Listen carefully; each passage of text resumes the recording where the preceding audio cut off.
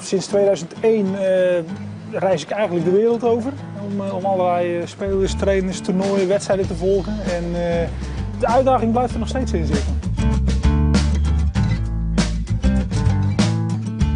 Ik zeg altijd, mijn stelregel, je moet het kritisch benaderen en zeggen als het niet goed is. Alleen voetbal is geen Srebrenica. Er vallen geen doden bij, dus ja, je mag ook best laten merken als je van iets geniet. Of als je zegt van god, ik vind het knap wat iemand gepresteerd heeft. Ik ben niet van het afzeiken om het afzeiken. Nee, absoluut, geloof ik ook niet in. Maarten Wijfels komt uit Adenburg en is journalist. Hij schrijft voor het AD over het Nederlands elftal, maar ook over voetbal in het algemeen. We zijn nu op het Nationale Voetbalcongres. Dat is een congres georganiseerd door Raymond Verheijen, een bekende naam in het voetbal. En elk jaar nodigt hij gastsprekers uit, binnen- en buitenland, die een aantal thema's uit het voetbal belichten. Nederland is een beetje een voetballand in crisis. We verliezen tegenwoordig van Luxemburgers en zo. Dus we hebben een serie in de krant waarin we dat belichten en kijken van wat kunnen we anders doen. En ja, dit congres behandelt eigenlijk diezelfde onderwerpen en geeft er wel antwoord op.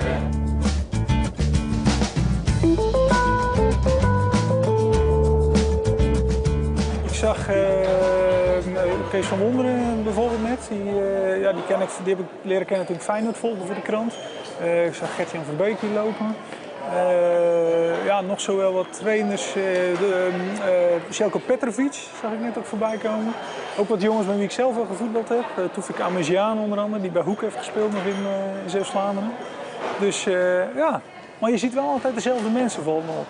Die ook wel geïnteresseerd zijn in wat meer dan alleen de bal op de paal.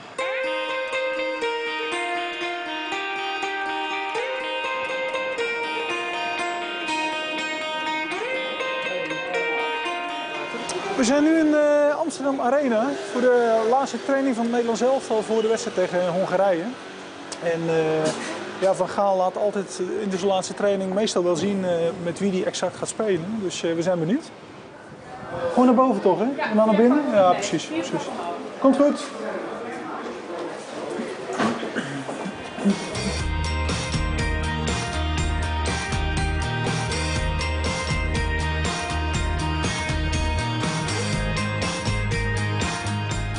Ik had als kind eigenlijk 2 dromen. Ik wilde zelf profvoetballer worden.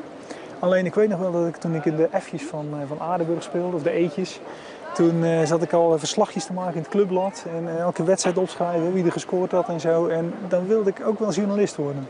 Dus een van die 2 dingen is het geworden. Dus wat dat betreft leef ik wel, toch ook wel mijn droom wel. Ja.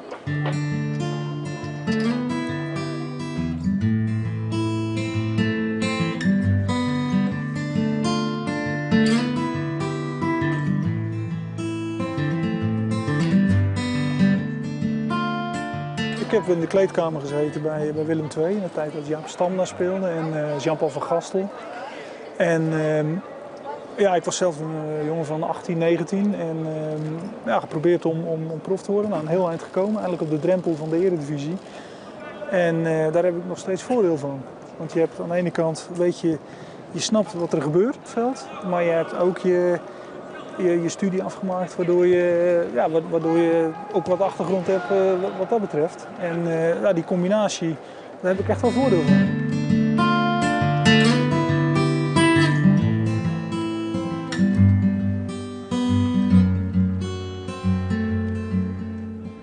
Ik heb laatst nog een wereldkaart gekocht, een hele grote, om dan met speldjes eens aan te prikken waar ik nou geweest was allemaal. En dan zijn alle continenten wel bezet. Alleen in Amerika ben ik nog niet geweest. Het WK toen was in 1994, toen zat ik nog op school.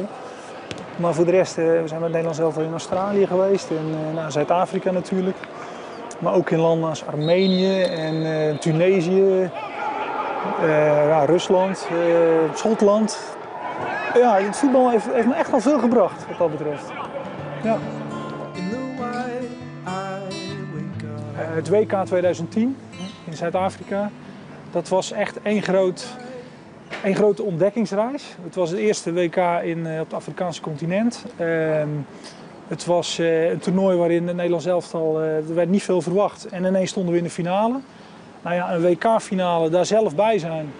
Live, Nelson Mandela die met een karretje het veld op kwam rijden. Ja, het Apartheidsmuseum waar we dan ook in daags voor die finale nog zijn geweest. Ja, als dat allemaal samenkomt met zeg maar op één avond, dan ja, dat vond ik echt wel een hoogtepunt. Dat zal ik nooit vergeten.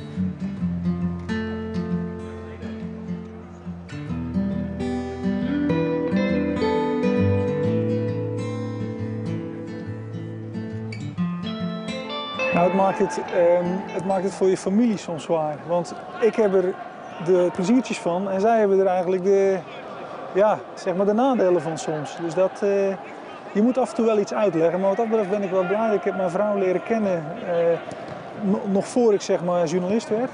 Dus zij heeft het helemaal vanaf begin af aan meegemaakt. En dat scheelt wel.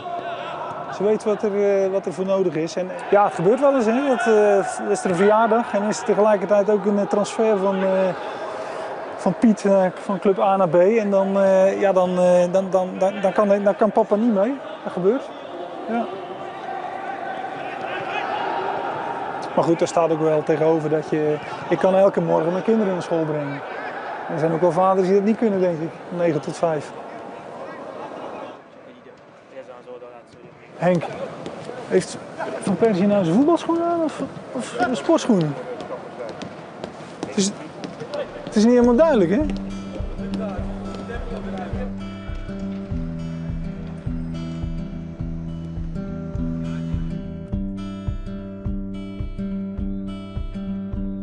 Ja, en het is wel leuk dat je hebt natuurlijk een aantal Zeeuwen die in topvoetbal al lang meelopen. Danny Blind is een mooi voorbeeld. En vanaf het moment dat wij elkaar leerden kennen, dat is een jaar of 11 geleden denk ik, dan ja, praat je daar even over. God, jij uit Zeeland, ik uit Zeeland. En sindsdien hebben we toch altijd wel een klik en een band gehouden.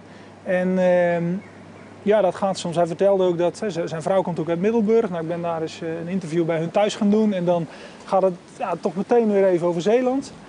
En een ander mooi voorbeeld, ik sprak laatst met Willem van Hanegem. En die vertelde dat hij, als hij in Frankrijk op vakantie is geweest in de zomer, dat hij dan altijd op de terugweg even bij in Breskes langs gaat en aan de strand gaat zitten bij de Milano Hotel. En dan gaat hij daar even koffie drinken en dan heeft hij toch iets met Zeeuws-Vlaanderen. En hij vertelde dat hij het ook niet uitsluit dat hij misschien, als hij echt heel oud is, dat hij misschien zelfs dan nog eens gaat wonen.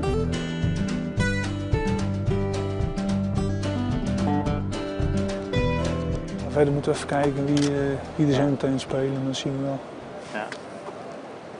Maar het verhaal van de Vaart-Snijder of zo? Oh ja, dat is morgen. Dat is morgen. Komt morgen, ja. Iets nog gestuurd. Ja, precies. Dus die kunnen dan inderdaad wel samen. Ja. Afgelopen mei won Arjen Robben de Champions League finale. En Robben is een speler die... dat is onze international van wie ik het interessantst vind om hem al jarenlang te volgen. Omdat er is geen speler die zoveel pieken en dalen in zijn carrière mee heeft gemaakt als hij. Hij is zwaar geblesseerd geweest. In de WK-finale natuurlijk de teen van Casillas. Toch weer terugknokken. Champions League finale in München voor eigen publiek verliezen doordat hij een penalty mist. En het jaar daarna wint hij hem alsnog. En ik was daarbij die avond in Londen, op Wembley. En dan voel je eigenlijk zijn vreugde. Of zijn wat hij heeft meegemaakt, dat kun je heel goed een beeld van vormen. En 's nachts ben ik dan ook op het banket geweest van Bayern München. En nou ja, dan bleef je met hem nog eens mee wat hij er allemaal voor heeft moeten doen. En dan stond ook de Champions League beker en ik heb hem toch ook zelf even aangeraakt. Ik vond dat wel mocht.